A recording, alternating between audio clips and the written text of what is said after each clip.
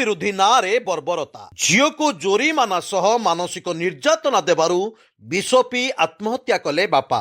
ମହଙ୍ଗା ପଡ଼ିଲା ଚୋରା ମଦ ବିରୁଦ୍ଧରେ ମହିଳା ମହାସଂଘର ମାତ୍ରାଧିକ କାର୍ଯ୍ୟାନୁଷ୍ଠାନ।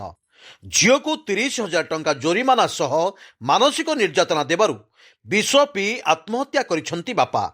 ଏମିତି ଏକ ଅଭାବନୀୟ ଘଟଣା ଘଟିଛି ଭଦ୍ରକ ଜିଲ୍ଲା ଚାନ୍ଦବାଲି ବ୍ଲକ ଚଡ଼ଦିଆରେ। ସୂଚନା ମୁତାବକ ଚଡ଼ଦିଆ ପଞ୍ଚାୟତର ଚଡ଼ଦିଆ ଛକରେ ପ୍ରାୟ 5ରୁ ଊର୍ଦ୍ଧ୍ୱ ସ୍ଥାନରେ କିଛି ଦିନ ହେବ ଚୋରା ମଦ କାରବାର ବଢ଼ିବାରେ ଲାଗିଛି, ଯାହାକୁ ବିରୋଧ କରି ସ୍ଥାନୀୟ ମହିଳା ମହାସଂଘର ମହିଳାମାନେ ଏକତ୍ରିତ ହୋଇଥିଲେ।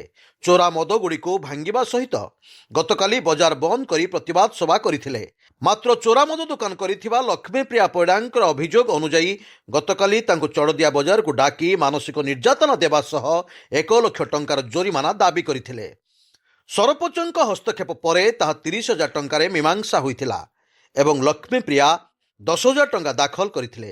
ବାକି ପଇସା ନ ଦେଇପାରିଲେ ଗାଁ ଦାଣ୍ଡରେ ଜୋତାମାଳ ପିନ୍ଧାଇ ବୁଲାଯିବ ବୋଲି ଧମକ ଦିଆଯାଇଥିଲା।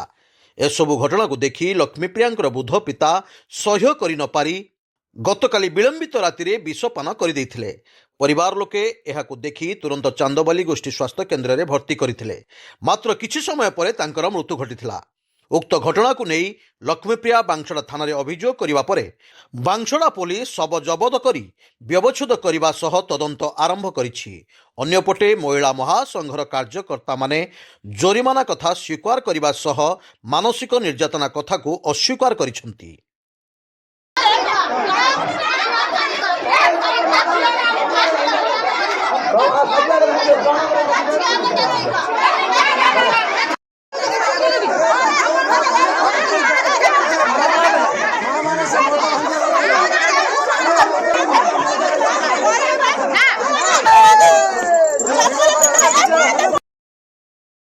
ब्यूरो चीफ अभय पति रिपोर्ट स्वतंत्र ओडिशा लाइव।